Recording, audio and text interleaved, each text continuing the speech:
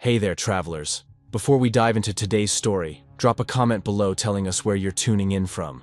Now let's begin our journey into the unknown. I never believed loneliness could be a physical sensation.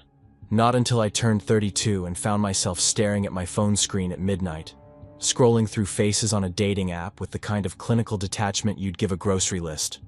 Match, swipe, reject, repeat. The blue glow painted my studio apartment in shades of isolation, and I was the only exhibit worth seeing.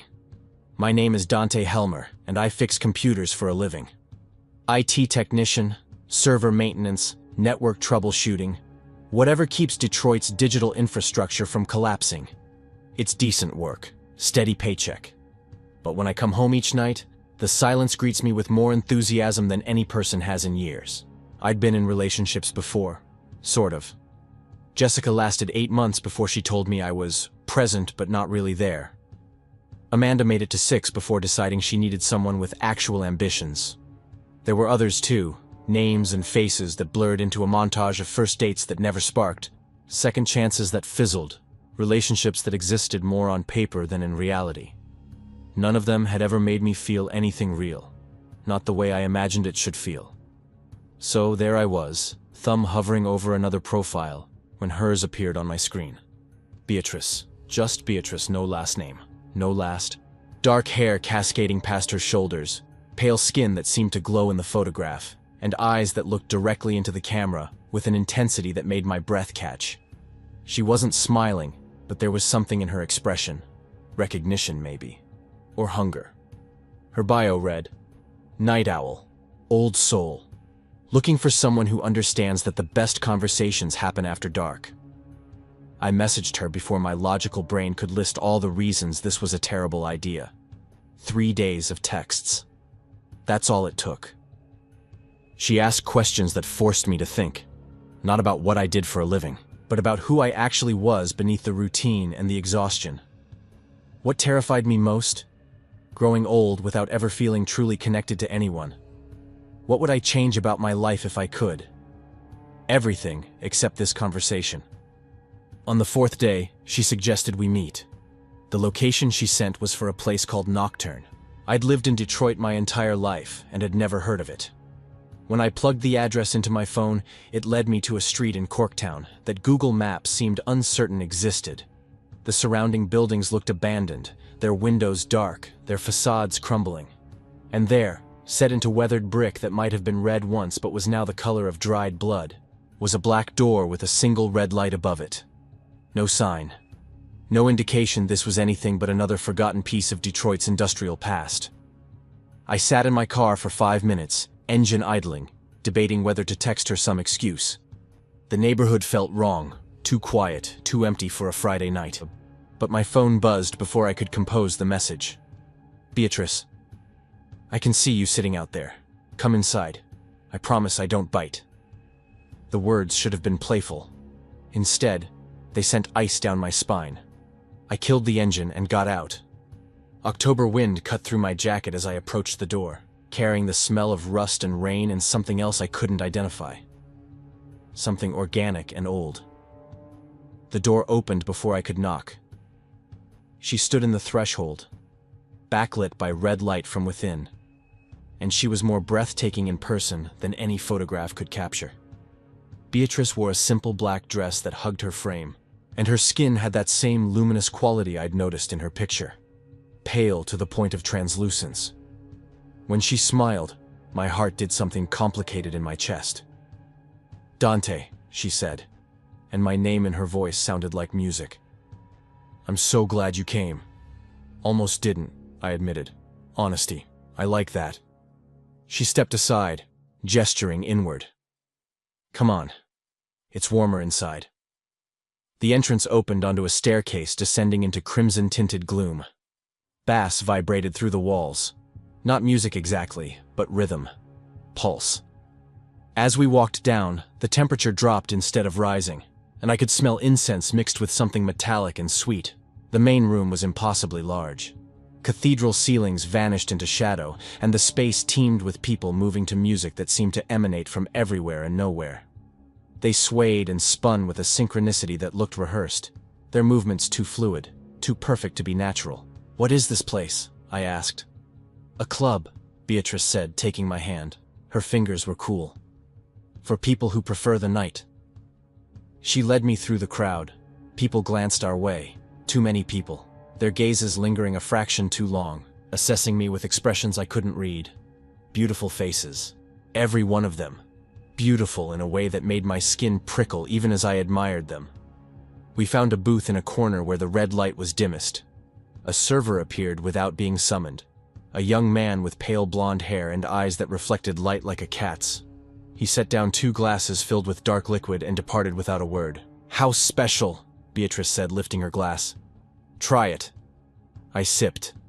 The taste was unexpectedly rich. Cherry and copper, sweet and savory, warm on my tongue. "That's actually really good. What is it?" "Family recipe." She set her glass down without drinking. "Tell me about your day." So I did. I told her about the server crash at 3 p.m., the executive who downloaded ransomware from a phishing email, the vending machine that ate my dollar bills. Mundane details that should have bored anyone. But she listened like I was describing the most fascinating thing she'd ever heard. She asked follow-up questions, laughed at the right moments, looked at me like I was the only person who existed. For the first time in years, maybe ever, I felt seen. Time became elastic in that place.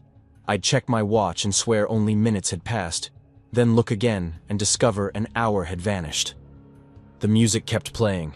The crowd kept moving in their eerie synchronization, and Beatrice kept watching me with those eyes that seemed to hold centuries of secrets. "I need to use the restroom," I said eventually, standing. The room tilted slightly, and I gripped the table. Beatrice was beside me immediately. "Are you okay?" "Yeah, just stood up too fast." I steadied myself. "Where's the bathroom?" She pointed toward a hallway. "Back there. Second door on your left." The hallway was darker than the main room, lit by sconces that cast more shadow than illumination.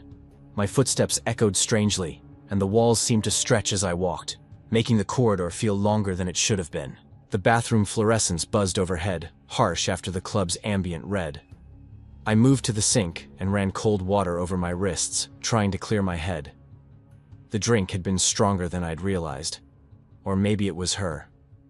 Maybe being around someone who actually paid attention had intoxicated me more than alcohol ever could. I glanced up at the mirror. A man stood behind me. I spun around. The bathroom was empty. I turned back to the mirror. He was still there, standing just over my shoulder, wearing a suit that looked Victorian, his face angular and pale. He smiled, and his teeth were very, very white. My pulse hammered in my ears. "Hello?" The figure in the mirror raised one hand in a slow wave. His reflection moved, but nothing behind me did. I backed toward the door, eyes locked on the mirror. The man remained in place, watching me with an expression of mild amusement. My hand found the door handle, and I yanked it open, stumbling into the hallway. A woman walked past, her heels clicking against the floor. She glanced at me, and I saw her profile clearly. No eyes. Just smooth skin where they should have been.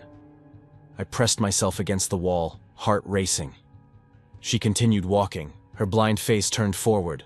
When she rounded the corner, I caught sight of the back of her head, and her eyes were there, set backward in her skull, watching me over her shoulder as she disappeared from view. My phone buzzed in my pocket. A text from Beatrice. "You okay? Been a while." I looked at the time. 24 minutes had passed. It had felt like 5. My hands shook as I typed back, "Coming now." I walked back to the booth because running would mean acknowledging something was deeply wrong, and I wasn't ready for that. The crowd parted around me, their movements still too graceful, their gazes still too intense. People murmured in languages that hurt my ears to hear, syllables that seemed to twist in the air. Beatrice was waiting, concern evident on her face. "Dante, you look pale." "I need to go," I said. The words came out calmer than I felt. "I'm not feeling well." Disappointment flickered across her features, but she nodded. "Of course. Let me call you a taxi." She didn't argue or ask questions, just stood and led me toward the exit, her hand in mine. The club felt larger on the way out, the crowd thicker. I could feel their eyes tracking my movement, predatory and curious. The October air hit my face, and I sucked in a breath that tasted clean for the first time in hours. Beatrice had her phone out, already arranging a cab. "I'm sorry," I said. "I don't know what happened in there." "Don't apologize." She touched my cheek gently. I had a wonderful time, even if it was brief. A taxi pulled up, yellow and ordinary and reassuringly normal. "Can I see you again?" The question surprised us both. She smiled. "I'd like that." "Tomorrow night?" "Somewhere quieter." "Tomorrow night," I agreed. I climbed in and gave the driver my address. As we pulled away, I looked back. Beatrice stood under the red light, watching me go. For just a second, her eyes caught the glow and reflected it back like mirrors. I slept poorly that night. Every time I closed my eyes, I saw the man in the mirror, the woman with backward eyes. I kept telling myself it was the drink, a bad reaction. But I knew it was something else. Work the next day was torture.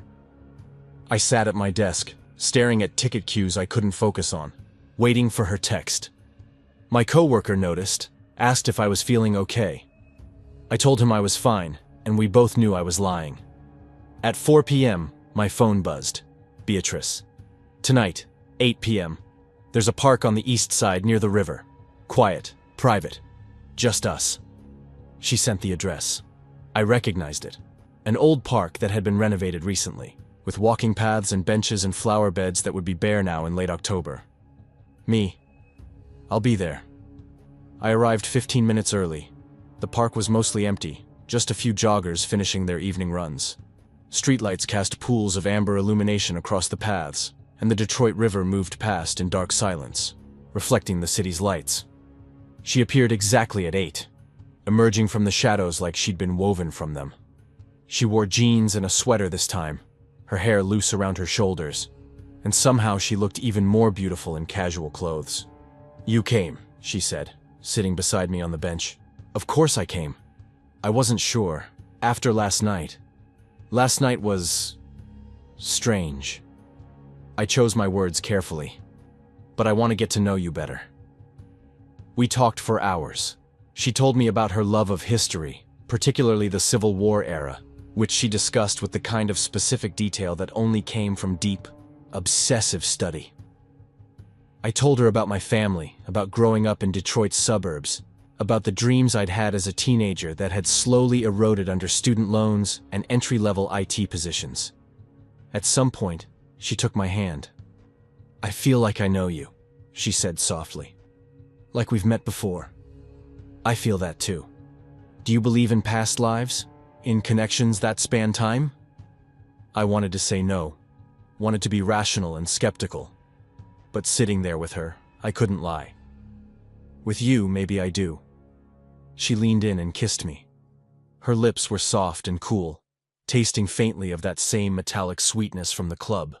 My hands found her waist, pulling her closer, and for a perfect moment, nothing else existed. When we broke apart, she was smiling. "Tomorrow?" "Tomorrow," I agreed. "And the day after." "There's something you should know," she said. "I can only meet at night. My work schedule is complicated. It means late nights for you, and you already work long days. I don't want to exhaust you." Relief washed through me. I'd been bracing for something worse. "I can handle tired.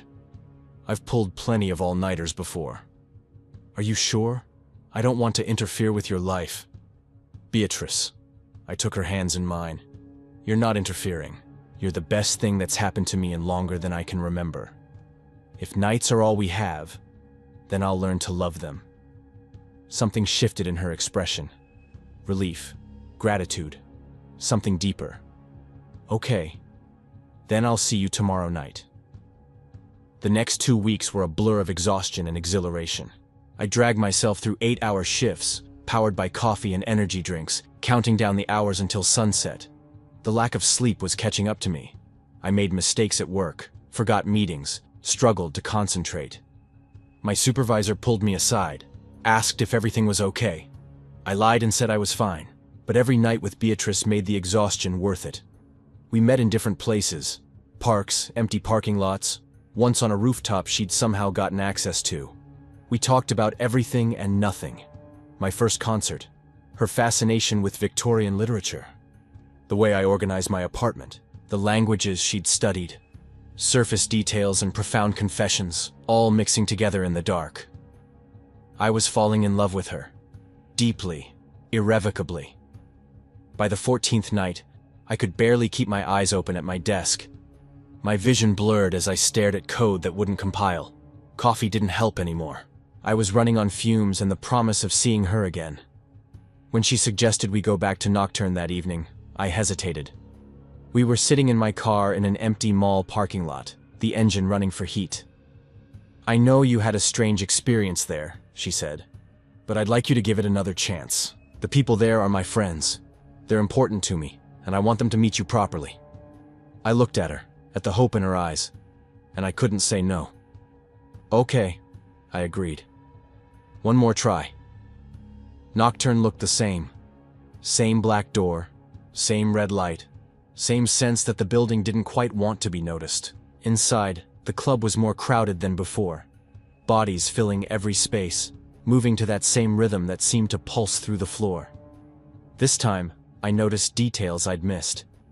The way everyone's movements synced perfectly.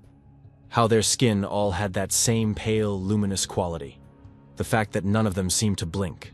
Beatrice led me through the throng to a table near the back. The same server appeared with the same dark drinks. I sipped mine slowly, trying to pace myself despite my exhaustion.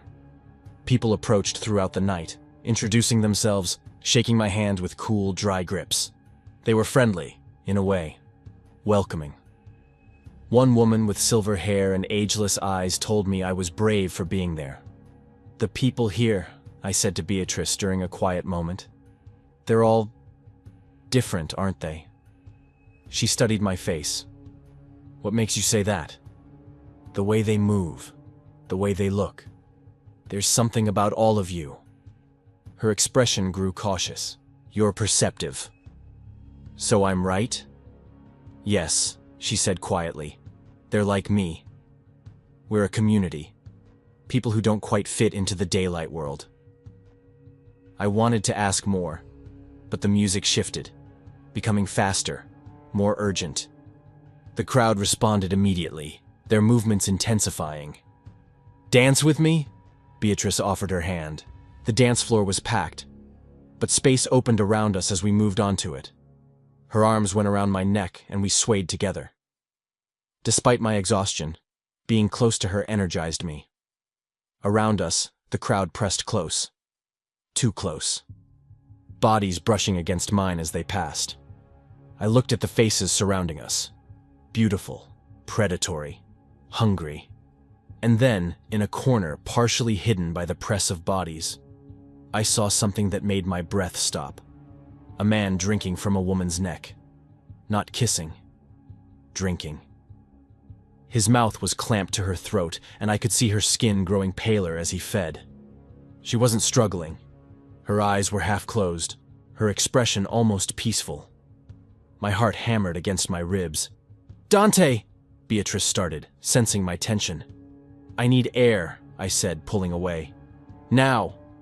I pushed through the crowd toward the exit. She followed, calling my name. I didn't stop until I burst through the door into the cold October night. She caught up with me on the sidewalk. "Dante, wait! What the hell was that?" I demanded. "What did I just see?" She looked at me, and in the red light above the door, I could see her clearly. Her too pale skin, her too bright eyes, the way her chest barely moved with breath. "The truth," she said quietly. "What I've been trying to tell you. What I've been too afraid to admit. Tell me now." She took a breath she didn't need. "I'm not human, Dante. I haven't been human for a very long time." My world tilted. "What are you?" "I'm a vampire." The word hung between us, absurd and terrifying and somehow true. I should have laughed, should have called her crazy, but I looked at her face and knew she was telling the truth. "Prove it," I heard myself say. She hesitated, then opened her mouth. I watched as her canine teeth extended, sliding down from her gums until they were long and sharp and undeniably real. In the red light, they looked like rubies. I couldn't breathe, couldn't think, could only stare at proof that the world was nothing like I'd believed. She retracted the fangs. I planned to kill you that first night. I was hungry, and you were alone. But then I saw you. Really saw you. You have his eyes. Whose eyes? Someone I knew. Someone I loved in 1866, before I became this. You have his face, his mannerisms, his voice, the way you tilt your head when you're thinking. Her eyes were wet. I couldn't kill someone who reminded me so much of the man who tried to save me. This is impossible. Everything about me is impossible. But here I am. She stepped closer. I fell in love with you, Dante. I wasn't supposed to. It's forbidden among my kind. Getting involved with humans is too dangerous. But I couldn't help it. I should have run. Should have gotten in my car and never looked back. But I stood there, processing, trying to reconcile the woman I'd fallen for with what she'd just revealed. I need time, I said finally. To think. Disappointment crossed her face, but she nodded. I understand. Take all the time you need. I called in sick for 3 days. Sat in my apartment, staring at walls, at my phone, at the messages from Beatrice I couldn't answer. She didn't push, just sent simple texts. Sent, thinking of you. I'm here when you're ready. I miss you. I researched vampires online. Most of it was fiction, but some of it rang true. The need for blood, the immortality, the inability to walk in daylight. On the 4th day, I responded. I want to see you again. Her reply was immediate. When? Tonight. Somewhere public. She sent me the address of a coffee shop. I agreed. She was already there when I arrived, sitting in a corner booth. She stood when she saw me, uncertainty written across her face. I crossed the room and pulled her into my arms. She tensed, then melted against me. I'm sorry, she whispered. I'm so sorry. Don't be. I pulled back to look at her. I need to understand everything, but I don't want to lose you. So we talked. For hours, she explained her world, the community of vampires living in Detroit's shadows, the rules they followed to avoid detection. I've killed people, she admitted. In the beginning, when I was newly turned. Yes. I've taken lives. I stopped counting after 20. And now? Now I'm careful. I take small amounts from willing donors, people in the community who understand what I need. It's enough to survive. She looked down at her hands. I've never turned anyone. Never created another vampire. I remember what it's like to have choice. I won't take that from someone else. There's something else you need to know, she said. About the people who hunt us. There's an organization. They've existed for centuries. They track vampires and other creatures. Things that shouldn't exist, and they eliminate us. Like a secret government agency? Exactly. They have weapons designed specifically to kill us. UV light that burns on contact. Compounds that accelerate cellular breakdown. She met my eyes. If they find out about us, they'll kill you too. Why me? Because humans who associate with vampires are considered compromised. They don't take chances. The weight of it settled over me. I should be more terrified than I am. Why aren't you? I thought about my empty apartment, my meaningless job, the years of hollow relationships. Because you're the first real thing I've had in my entire life.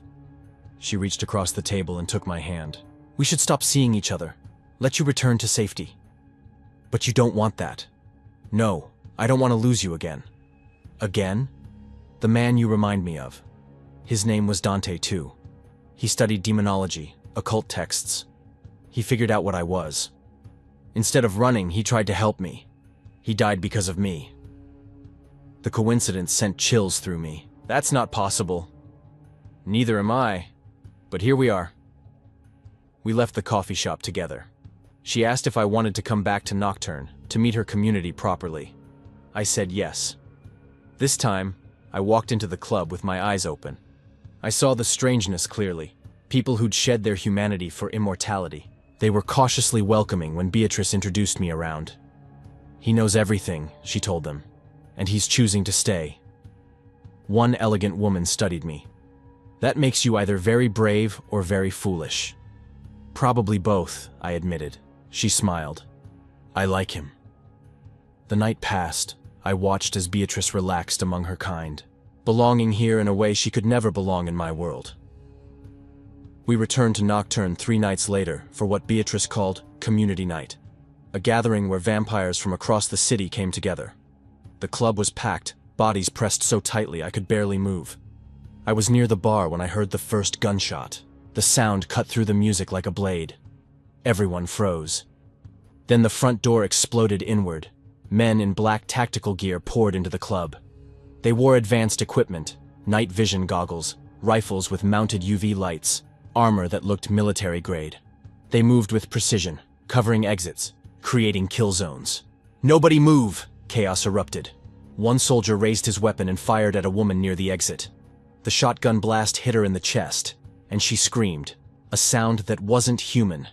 Her skin began to smoke. Within seconds, her entire torso was burning from within, flesh turning to ash. She collapsed, and by the time she hit the floor, only dust remained. More gunshots, more screams. The UV lights swept across the crowd, and wherever they touched bare skin, flesh bubbled and burned. People were dying, disintegrating, all around me. I was knocked down in the panic. I saw a man lose his leg to a shotgun blast, watched it explode into ash, severing cleanly. He fell screaming, and the burning spread upward, consuming him piece by piece. "Beatrice!" I shouted. Her hand grabbed mine, pulling me upright. "The back exit! Now!" We pushed through the crowd. Behind us, the massacre continued. Gunfire, screaming, bodies crumbling to dust. A woman stumbled past us, half her face missing. The flesh peeled away to expose bone already turning to ash. We were almost to the hallway when a soldier blocked our path. Large, armored, his rifle aimed at Beatrice's chest. The UV light illuminated her face, and I saw her skin redden instantly. I didn't think. I threw myself between them. "Don't!" The soldier's finger was on the trigger.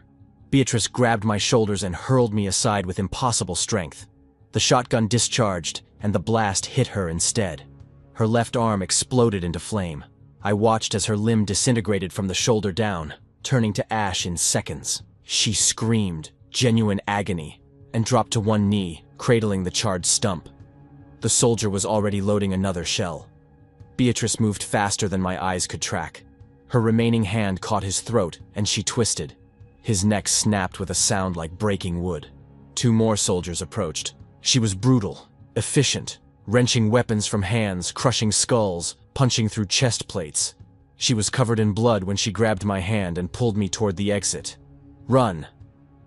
We burst through the back door into an alley. Beatrice didn't hesitate, dragging me toward a storm drain. She tore the grate free with one hand, impossible strength, and gestured frantically. "The sewers? Secret tunnels," she gasped. "The community built them decades ago. Emergency escape routes. Get in." I climbed down into darkness that smelled like decay and standing water. Beatrice followed, pulling the grate closed behind us.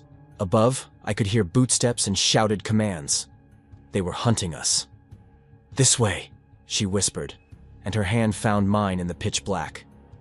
We ran through tunnels I couldn't see, guided only by her grip. Water splashed under my feet. Things scurried in the shadows. Behind us, growing fainter but never disappearing, I could hear pursuit.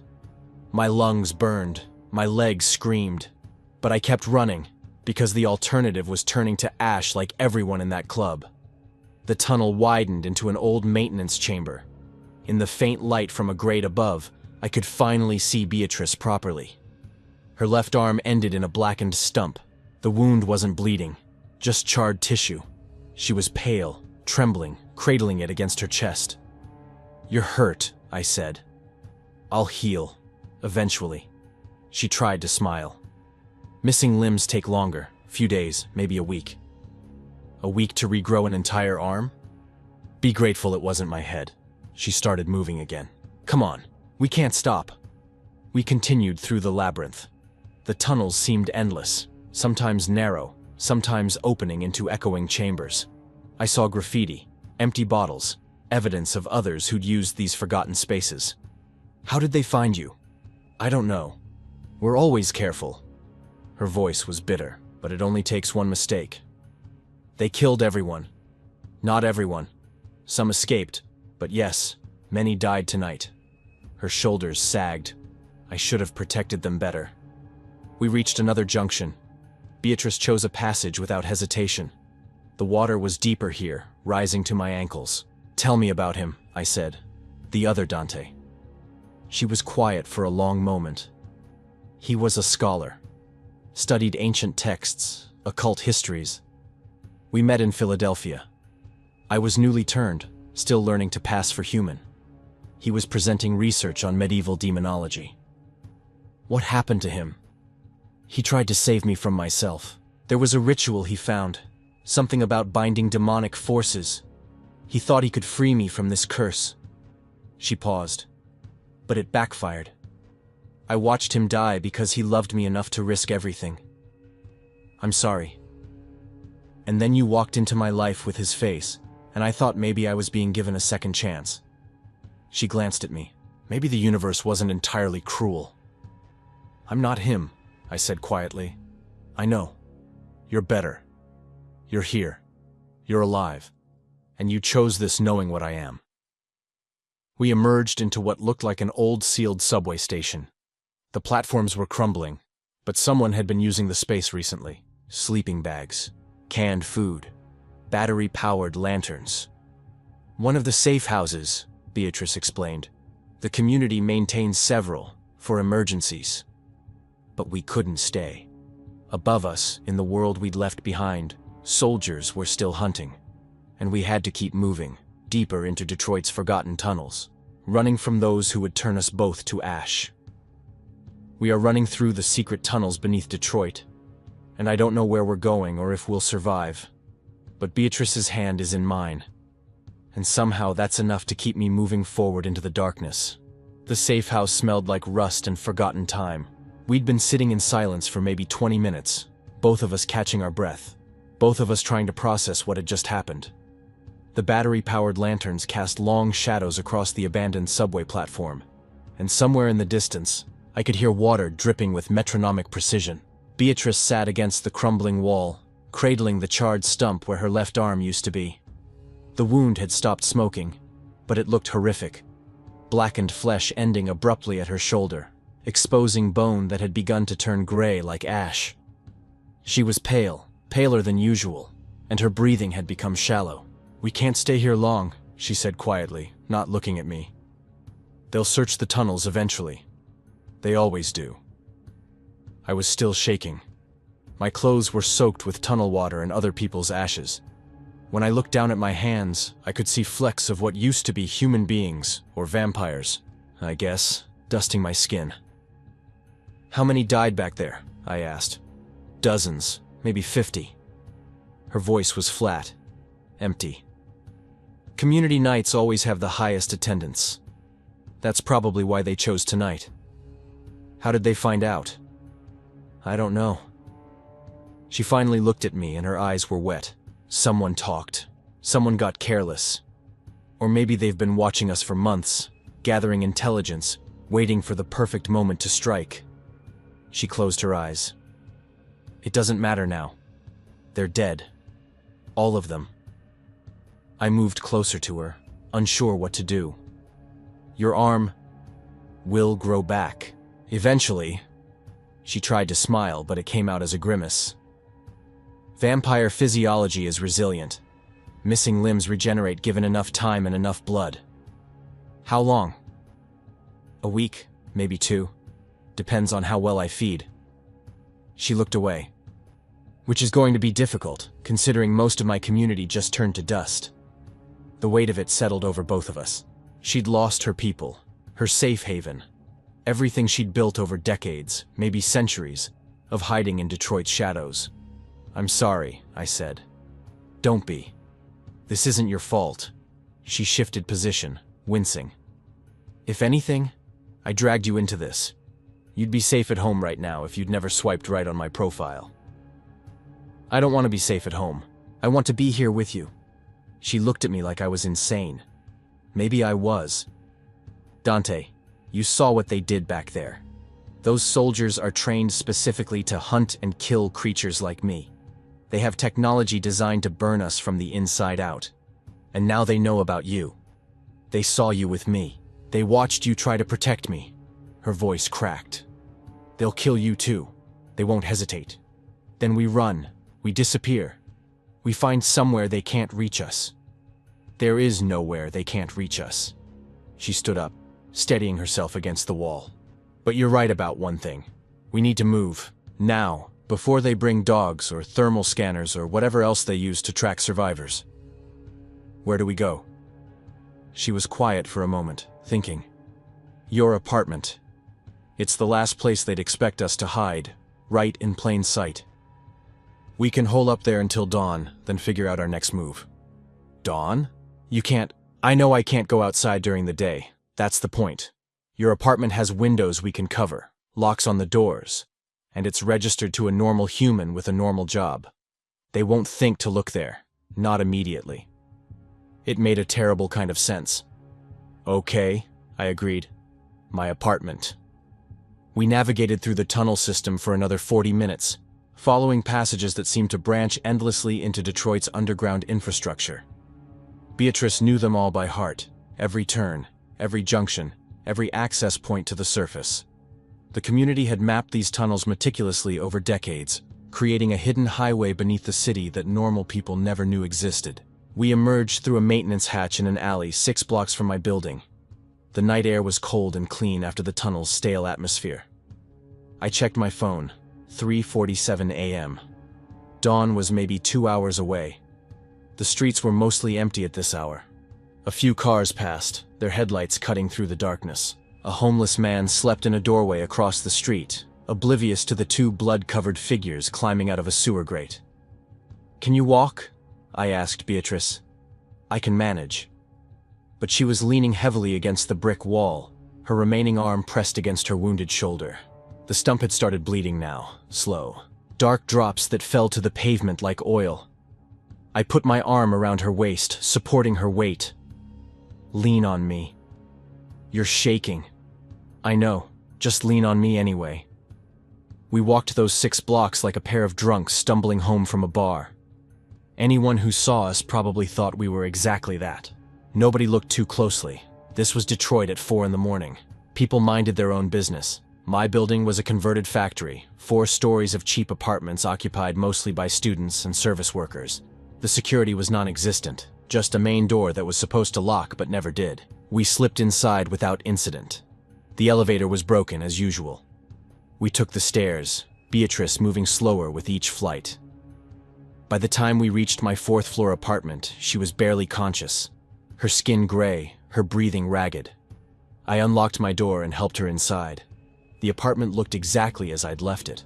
Unmade bed, dishes in the sink, clothes on the floor. My entire life, unchanged, while everything else had gone to hell. Windows, Beatrice gasped. Cover the windows. I grabbed every blanket I owned, along with towels and a shower curtain, and tacked them over the windows with thumbtacks and duct tape. It wouldn't withstand professional scrutiny, but it blocked out the growing pre-dawn light. When I turned around, Beatrice had collapsed onto my couch. The bleeding from her shoulder had increased, dark stains spreading across the fabric. Her eyes were half closed, unfocused. Talk to me, I said, kneeling beside her. Stay awake. Tell me what you need. Blood, she whispered. I need blood. The regeneration process requires massive amounts of energy. Without it, the wound will spread. Spread? The ash, the burning. It doesn't stop at the amputation point. If I don't feed soon, it'll creep into my shoulder, my chest, my neck. Eventually, my entire body will turn to dust. Just like those people in the club. Horror washed through me. How long do you have? I don't know. Hours, maybe. It's already starting. She gestured weakly toward her shoulder, and I saw what she meant. The blackened area was larger than before, creeping across her collarbone like frostbite in reverse. What do I do? How do I help you?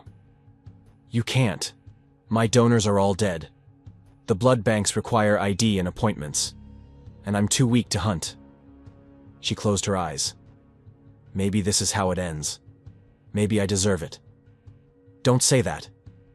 I grabbed her hand. There has to be something. Tell me, please. She looked at me, and I saw something in her expression that broke my heart. Resignation. Acceptance. She'd lived for over a century and a half, survived countless dangers, and now she was going to die in my crappy apartment because she'd saved my life. Your blood, she said quietly. If you're willing. It won't be enough to fully heal me, but it might buy us time. I stood up immediately. How? How do we do this? A cup, a knife. You don't have to. I was already moving toward the kitchen, pulling open drawers. I found a coffee mug and a paring knife. My hands were steady as I pressed the blade against my palm and drew it across, hissing at the sharp pain. Blood welled up, bright red against my skin. I held my hand over the mug, letting it drip. It seemed to take forever to fill even halfway, and the whole time I could hear Beatrice's labored breathing from the couch. When I had maybe half a cup, I pressed a dish towel against my palm and carried the mug to her. Here. She took it with her remaining hand, staring at the contents like they were salvation and damnation mixed together. You're sure? Drink it, please. She brought the mug to her lips and swallowed. I watched her throat work, watched color return to her cheeks, watched her eyes sharpen with something like relief. She drained the cup in seconds, then set it aside. Thank you, she breathed. Is it enough? No, but it helps. It slows the progression. She touched her shoulder gingerly.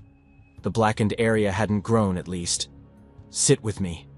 I need to tell you everything. You deserve to know the truth. I sat beside her on the couch, my bleeding hand wrapped in the towel. Tell me. And she did. I was born in 1844, Beatrice began, her voice steady now. In Philadelphia. My father was a physician, my mother the daughter of a shipping merchant. We were comfortable, by the standards of the time. Not wealthy, but respectable. I had 2 brothers and a sister, a normal family. She stared at the covered windows as she spoke, as if looking through them into the past. I met him when I was 21. His name was Dante Ashford. He was a scholar, a researcher of ancient texts and occult histories. Most people dismissed his work as superstition and nonsense, but he believed there were truths hidden in old manuscripts that modern science had forgotten. He gave lectures at the university about medieval demonology, Renaissance alchemy, things that existed in the margins of accepted knowledge. What happened to him? I asked. I'm getting there. She smiled sadly. I attended one of his lectures in 1865. I was fascinated, not just by the subject matter, but by him, his passion, his conviction that the world contained more mysteries than we acknowledged. We started corresponding, then courting. Within 6 months, we were engaged. She paused, and I saw tears forming in her eyes. The night before our wedding, I was attacked. I was walking home from a dress fitting, and something came out of the shadows. I never saw its face, just felt teeth in my neck, and then nothing. I woke up 3 days later in a cellar, alone, starving, changed into something that wasn't human anymore. The vampire who turned you, did you ever find out who it was? No, they abandoned me, turned me and left me to figure it out on my own. Maybe they were interrupted. Maybe they were killed by hunters. Maybe they just didn't care. I spent weeks in that cellar, terrified, not understanding what I'd become. I was so hungry. The hunger was... She shook her head. Indescribable. All-consuming. What did you do? Eventually, I got out, and I killed a man walking alone at night. I drained him completely. Couldn't stop myself. And then another. And another. I lost count after 20. It was 1866. The city was crowded, and people disappeared all the time. Nobody connected the deaths. Her voice had become hollow, mechanical. Dante found me. I don't know how. Maybe his research had taught him what to look for. He wasn't afraid. He wanted to help me. He spent months searching through old texts, looking for rituals or spells that might cure me, or at least help me control the hunger. He found something, a summoning ritual involving demonic forces. He believed that if he could bind those forces, he could use their power to suppress my vampiric nature. But it didn't work. It backfired. The ritual required a blood sacrifice, and he used his own blood. Too much of it. I watched him die on the floor of his study, surrounded by candles and ancient books, while dark shapes moved in the shadows around us. He died trying to save me. She was crying openly now. I left Philadelphia that night. Couldn't stay where everything reminded me of him. I've spent the last 159 years moving from city to city, learning to control the hunger, finding communities of others like me, trying to hold on to some scrap of humanity. I've killed, Dante, so many people. Not recently, not for decades, but in those early years. I'm not a hero. I'm a monster who's learned restraint. You've never turned anyone? Never. That's my one line. I remember what it was like to wake up in that cellar, alone and terrified, and changed into something I never asked to be. I won't do that to someone else. Ever. We sat in silence for a moment. Outside, the sky was growing lighter. Dawn was approaching. "Tell me about the organization," I said. "The Hunters." Beatrice sighed. "They've existed for centuries. Started as religious groups, vampire hunters blessed by the church armed with holy water and wooden stakes. But they evolved, became more secular, more scientific. Now they're like a specialized intelligence agency, CIA for creatures that shouldn't exist. They track vampires, werewolves, any supernatural entity that poses a threat to normal humans. Do they work for the government? Probably. Or alongside it. They have resources that suggest official backing. Military-grade weapons, advanced technology, legal immunity. But they operate in the shadows. Most people don't even know they exist. The weapons they use tonight: UV light concentrators. They've refined them over the years. Used to be crude, just focused sunlight. Now they can generate ultraviolet radiation at intensities that cause spontaneous combustion in vampire tissue. Combined with silver core ammunition and incendiary rounds, they're devastatingly effective. And they kill humans too? Just for associating with vampires? Not always. Sometimes they offer deals. Testify against your vampire contacts. Help us find others, and we'll let you go. But if you refuse, or if they think you're compromised, yes, they'll eliminate you without hesitation. They see it as protecting humanity, removing infection vectors. I looked at my bandaged hand, at the blood I'd given her. So I'm infected now? In their eyes? You were infected the moment you walked into Nocturne with me. They have surveillance everywhere. They know your name, your address, your job. They're probably already building a file on you. The implications settled over me like a weighted blanket. My old life was over. Not because I'd chosen to throw it away, but because I'd been marked for death by an organization I hadn't known existed. "What do we do?" I asked. "We survive today. Then we figure out tomorrow." I must have dozed off, because when I opened my eyes, the quality of light in the room had changed. My phone said 4:32 p.m. I'd slept for almost 12 hours, my body finally giving out after the adrenaline crash. Beatrice was still on the couch, but something was terribly wrong. She was crouched against the armrest, her remaining hand gripping the fabric so hard it was tearing. Her eyes were wild, unfocused, and her lips were pulled back from her teeth, which had extended into full fangs. The blackened area on her shoulder had spread significantly, creeping across her chest toward her heart. The bones beneath the charred flesh were visible now, gray and crumbling like ancient wood. "Beatrice?" She flinched at my voice, her head snapping toward me. For a second, I saw nothing human in her expression, just hunger and pain and barely restrained violence. "Don't," she gasped. "Don't come closer. I can smell your blood."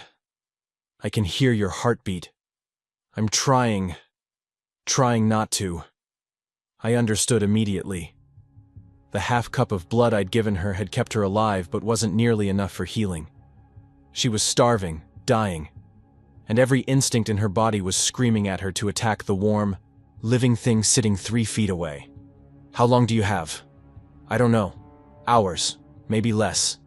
The ash is spreading. Once it reaches my heart. She convulsed, her whole body shaking. Please leave. Get out of here before I do something I can't take back. I'm not leaving you. Dante, you don't understand. I'm losing control. I can feel it slipping away.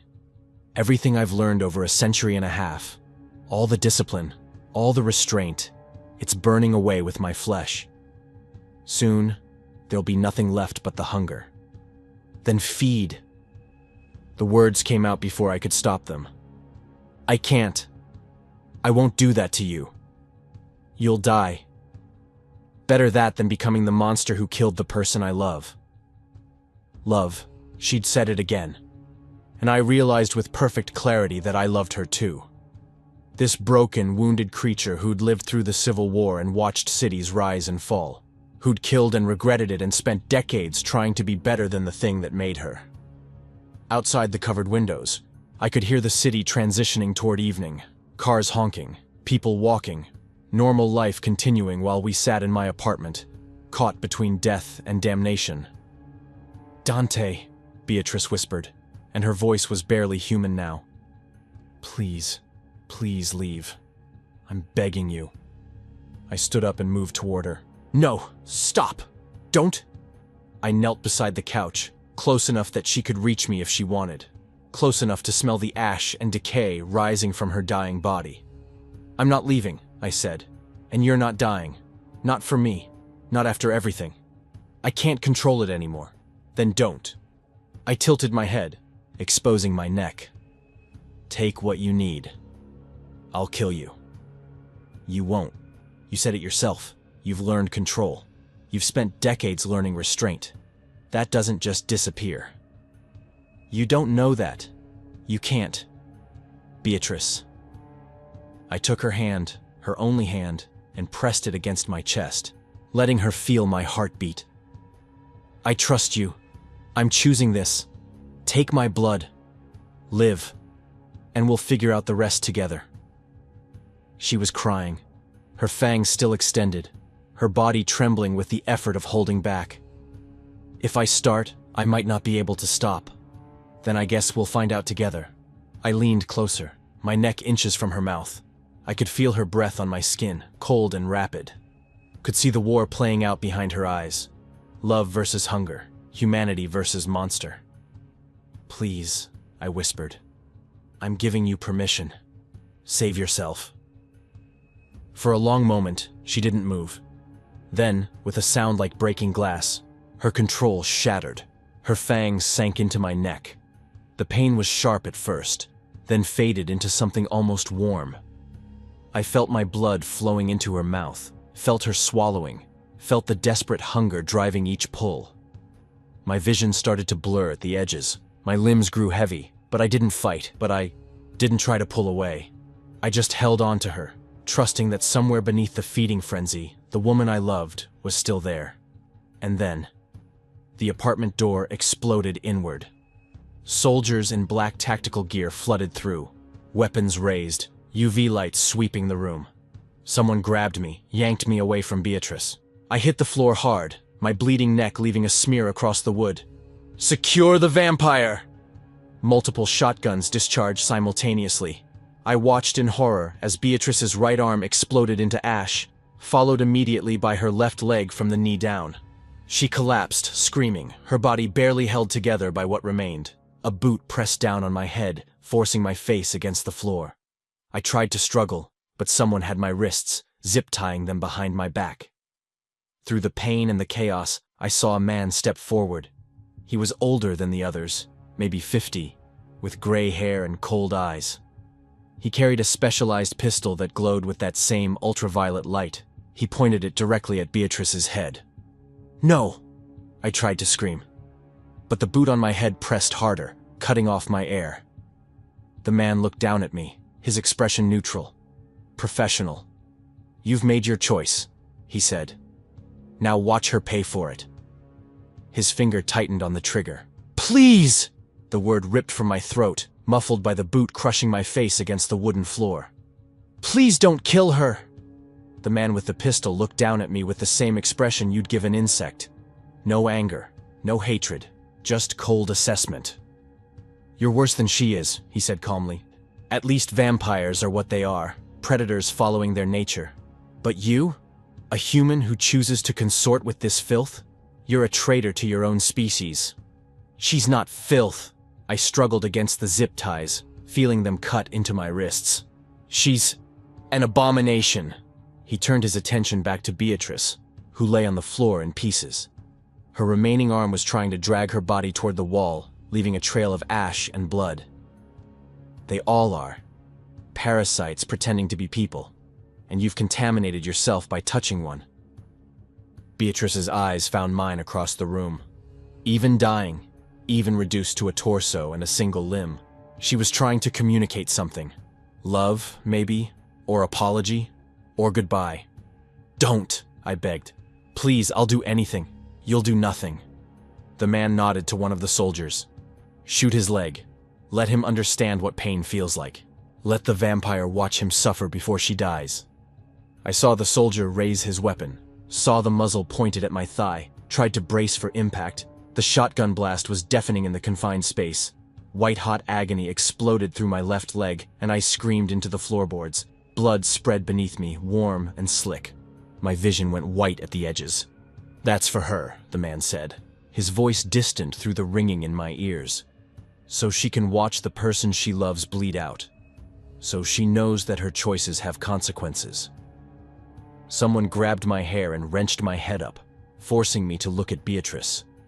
Her face was contorted with anguish, tears streaming down her cheeks, her mouth open in a silent scream. The ash had spread to her collarbone now, creeping toward her heart with each passing second. "Watch carefully," the man said, pressing the UV pistol against Beatrice's temple. "Watch what happens to abominations who forget their place." I couldn't look away, couldn't close my eyes. The soldier holding my hair made sure of that.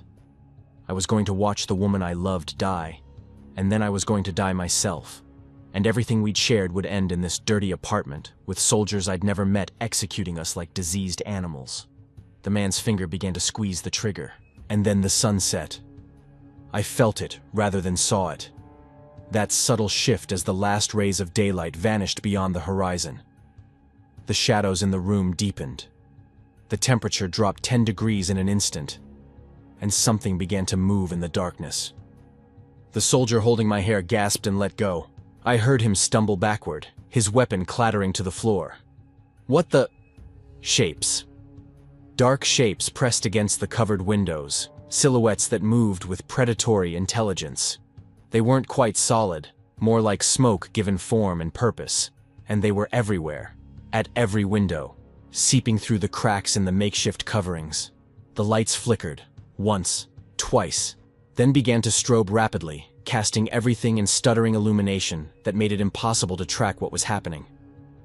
"Defensive positions!" the man shouted, swinging his weapon toward the windows. "Unknown hostiles!" But it was already too late. The windows exploded inward. Not shattered, exploded. Glass and wood and fabric burst into the room as dense black smoke poured through every opening.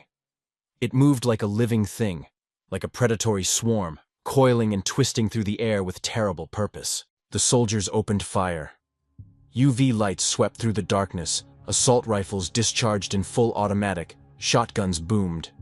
But the smoke was already on them. I watched in horror as the first soldier was simply torn apart. The smoke wrapped around him, and where it touched, flesh separated from bone. He came apart in pieces. Arms ripped from sockets, torso split open, head wrenched from spine. His scream cut off mid-breath as his jaw was torn away. The massacre spread through the room like wildfire. Another soldier tried to run for the door. The smoke caught him mid-stride, lifting him off his feet and slamming him against the ceiling hard enough to crack plaster. When he fell, he landed in pieces, scattered across my apartment floor. The man with the UV pistol fired into the darkness, the specialized rounds creating brief flashes of light that illuminated nothing but more smoke.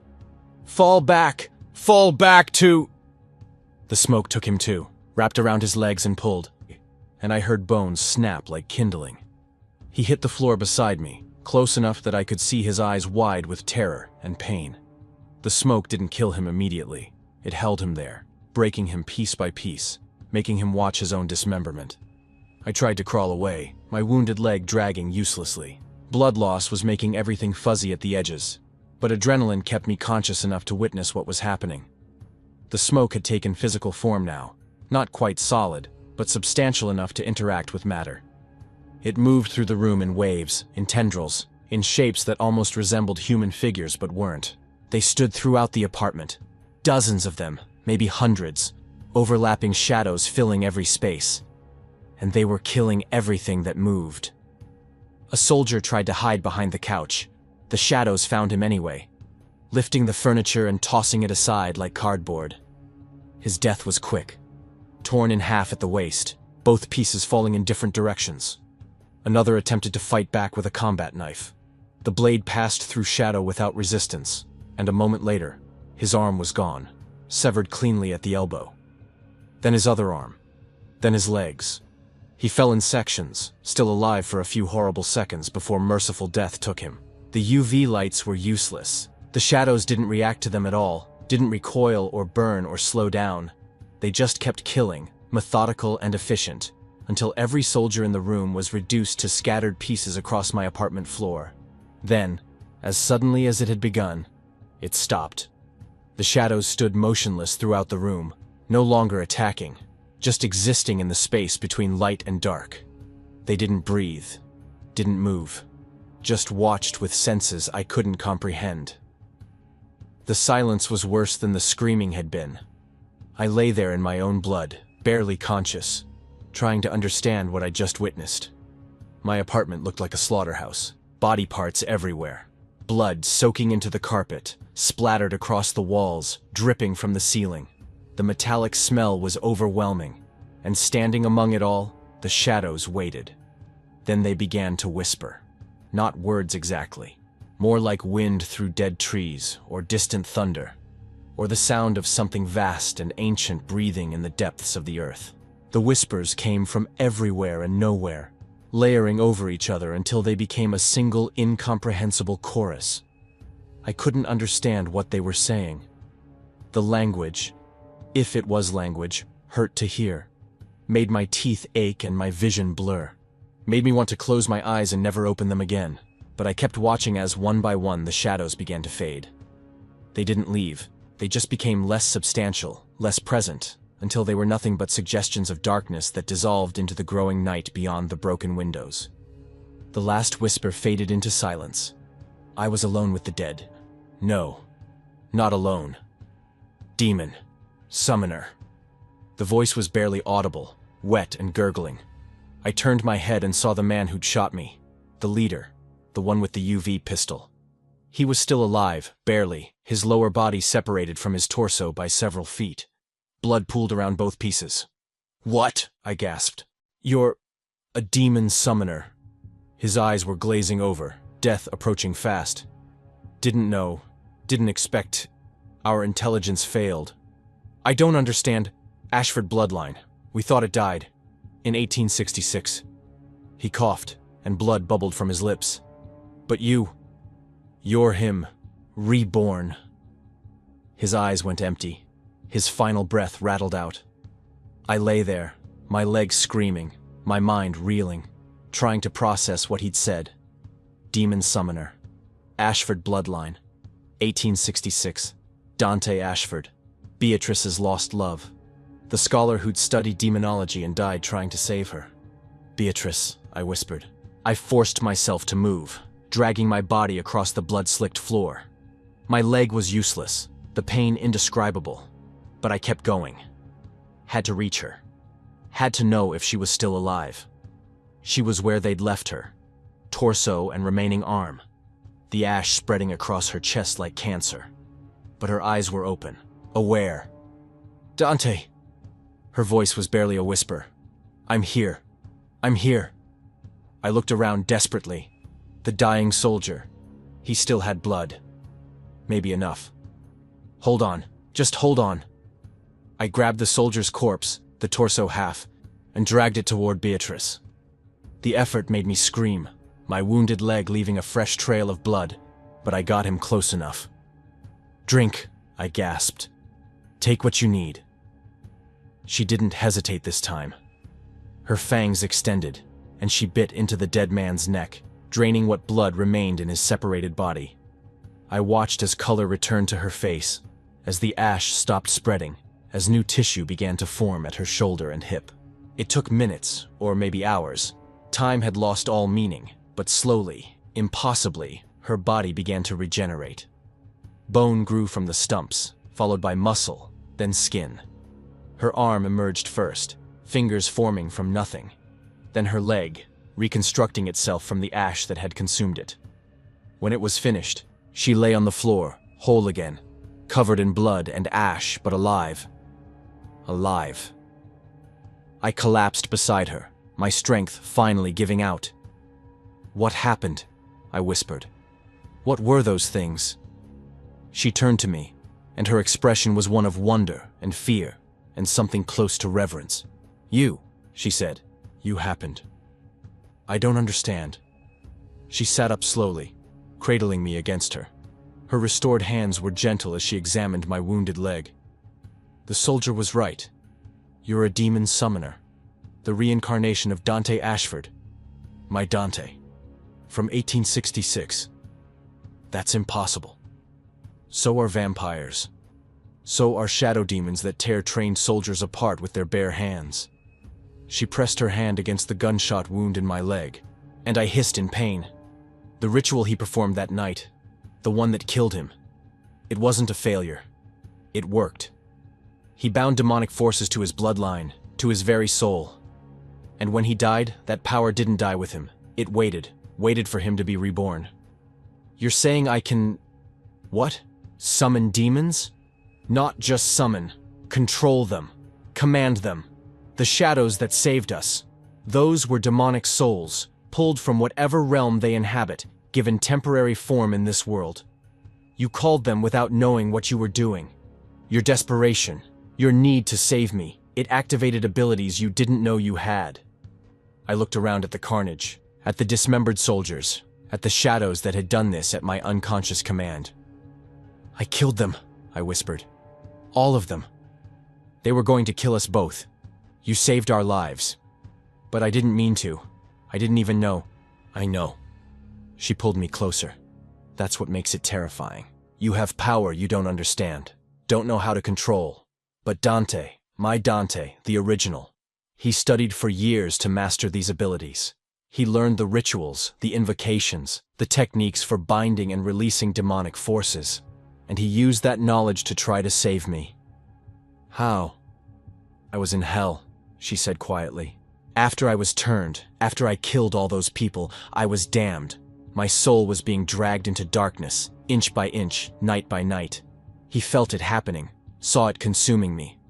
So he performed a ritual, summoned a demon powerful enough to reach into hell itself and pull me back. It worked. It saved my humanity, but the effort killed him. Tears were streaming down my face now. And I'm him? Really him? Reborn? Your soul is his soul. Your blood is his blood. Different life, different circumstances, but the same essence. She touched my face gently. When I saw you that first night, I knew. Couldn't explain it. Couldn't prove it. But I felt the recognition. Like I'd been waiting 159 years for you to find me again. So what do we do now? She looked around at the destroyed apartment, at the bodies, at the broken windows letting in the Detroit night. We leave, right now, before more of them come, before anyone investigates the noise. She stood, pulling me up with her. My leg screamed in protest, but her strength supported me. We disappear, find somewhere they can't track us, and I teach you what I remember of his research. Help you understand what you can do. Where do we go? I don't know. Away from here, away from the organization and their hunters and their files on us both. She wrapped my arm around her shoulders, taking my weight. We'll figure it out as we go. I looked back at my apartment one last time. At my old life, scattered in pieces across the floor along with dead soldiers and demon ash. At everything I'd been before I swiped right on a vampire's dating profile. "I'm ready," I said. We limped to the door, two broken people who'd found each other across time and death and impossible circumstances. The hallway was empty. Either my neighbors had learned to ignore strange noises, or the shadows had ensured no one would investigate. The stairs were agony with my wounded leg, but Beatrice supported me, her supernatural strength making it possible.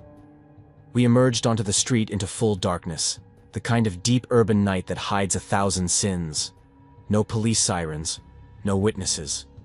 Just Detroit after dark, indifferent as always to individual suffering. Beatrice's hand found mine as we walked away from my building, from my former life, from everything familiar and safe. Her fingers were cool and strong, and her grip was the only thing keeping me upright. "I love you," I said. Needed to say it, needed her to know. "I know," she replied. "I've loved you for over a century, and I'll love you for centuries more." We disappeared into the Detroit night, leaving behind an apartment full of impossible carnage and questions no one would be able to answer.